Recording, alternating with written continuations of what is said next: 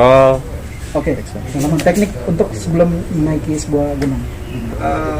Sebenarnya bukan teknis ya, tapi hal vital yang berakibat fatal bila dilupakan, yang orang sering lupa itu sebenarnya persiapan.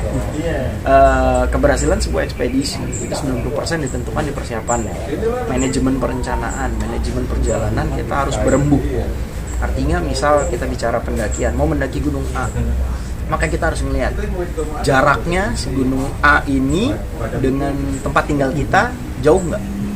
Kesananya naik apa? Gitu. Kedua adalah kita harus melihat juga ini cuacanya sedang seperti apa? Musim kemarau kah atau musim penghujan? Jika memang musim penghujan, maka persiapan kita apa? Lalu selain musim, kita cari tahu dulu jalur mana. Setiap gunung pasti ada jalur A, B, C, D, E gitu. Bahkan ada jalur yang ada gunung yang memang jalurnya banyak. Jalurnya kita pilih, maka kita bisa melihat kalau kita pakai jalur A berapa lama nih pendakian naik dan juga turun. Dari situ kita ketakar tuh.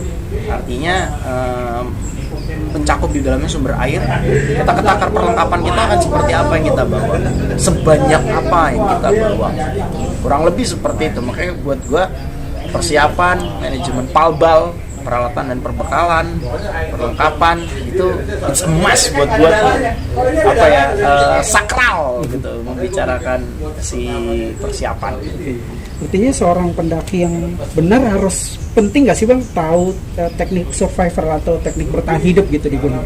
Perlu, patut gitu kan. Tapi kan sebelum tahu dia survival, dia harus tahu dulu do's and don'ts ketika mendaki. Dalam artian, jika ingin mendaki, pakailah sepatu mendaki, bukan sepatu olahraga. Jika ingin berolahraga, maka pakailah sepatu olahraga. Kan simpelnya seperti itu. Teknik bertahan hidup ataupun survival jelas dibutuhkan, karena siapapun nggak ada yang mau berada dalam kondisi survival gitu.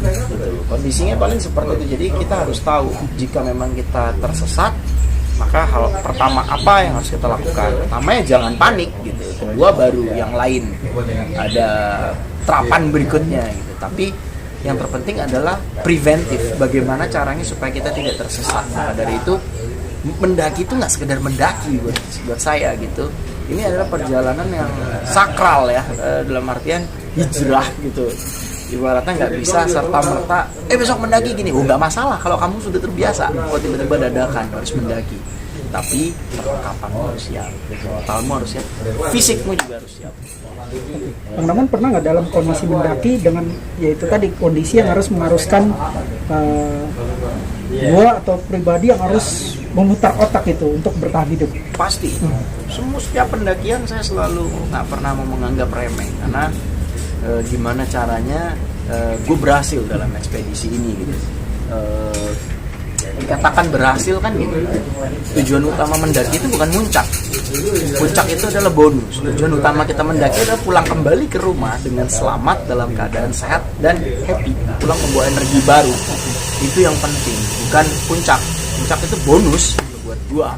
Jadi kalau ditanya gimana caranya supaya tetap bertahan hidup, ada effort seperti apa, pasti setiap melakukan perjalanan pasti gua berpikir gimana caranya gitu. Tapi kan itu semua ditunjang dengan perlengkapan yang kita bawa, segala persiapan yang kita udah genapkan gitu kurang lebih.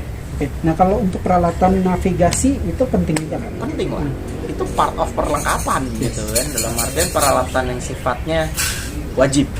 Kompas itu adalah kalau buat saya itu perlengkapan pribadi, bukan perlengkapan grup. Headlamp, penerangan, lampu itu perlengkapan individu, bukan perlengkapan grup gitu. Jadi ya satu orang harus punya. Kita nggak tahu apa yang terjadi kan. That's why. Kenapa saya bisa bilang gitu? Karena berkegiatan di alam, misalkan kita bicara pendakian, itu mengandung dan mengundang bahaya. Mengandung bahaya itu adalah bahaya yang objektif, dalam artian bahaya yang bisa timbul di luar kehendak kita. Misal terjadi longsor, atau mungkin terjadi hujan deras, atau munculnya satwa gitu. Itu adalah faktor eksternal. Dikatakan mengundang itu karena kesalahan kita sendiri, faktor subjektif. Lupa bawa jaket, lupa bawa baterai untuk penerangan, lupa bawa kompas gitu. Maka dari itu ya perbekalan itu penting.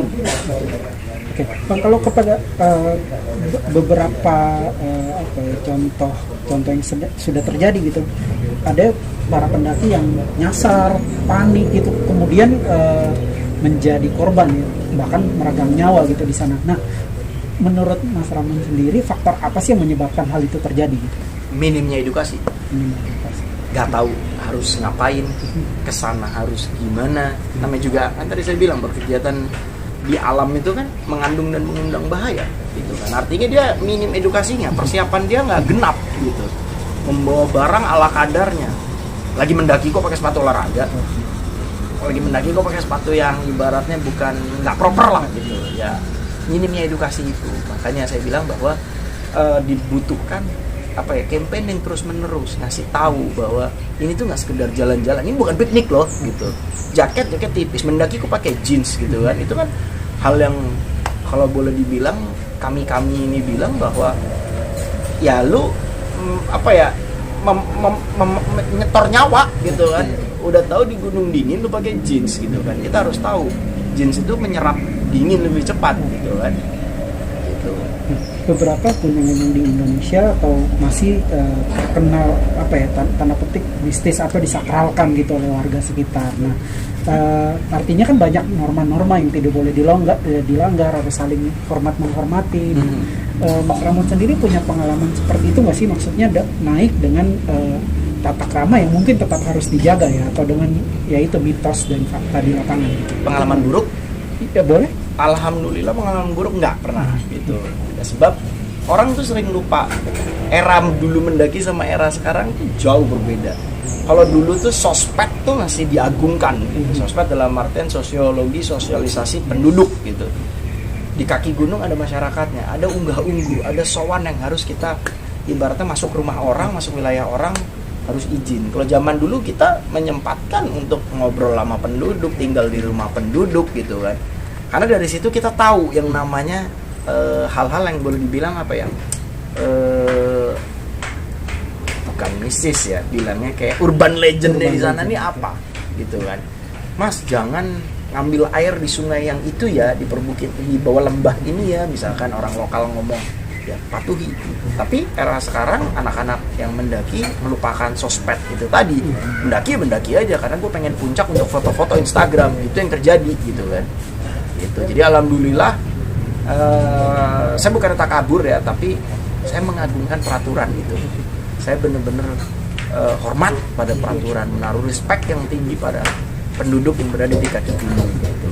Artinya pentingnya edukasi juga dalam mendaki itu sangat penting. Sangat penting. Saya aja sampai sekarang masih ngejar sertifikat gitu kan. Artinya sertifikat itu saya kejar terus.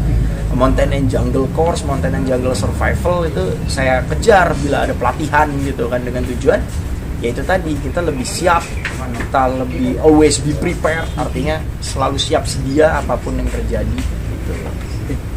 Kalau melihat banyak contoh kasus juga yang yaitu dia bisa naik gunung berapa hari nyasar ke sini tiba-tiba nimbul di tempat lain. Nah itu ada hubungannya dengan itu, walaupun banyak juga dari pengakuan yang kita di gunung nggak ngapa-ngapain, kita nggak berbuat yang aneh-aneh, tidak berbuat itu.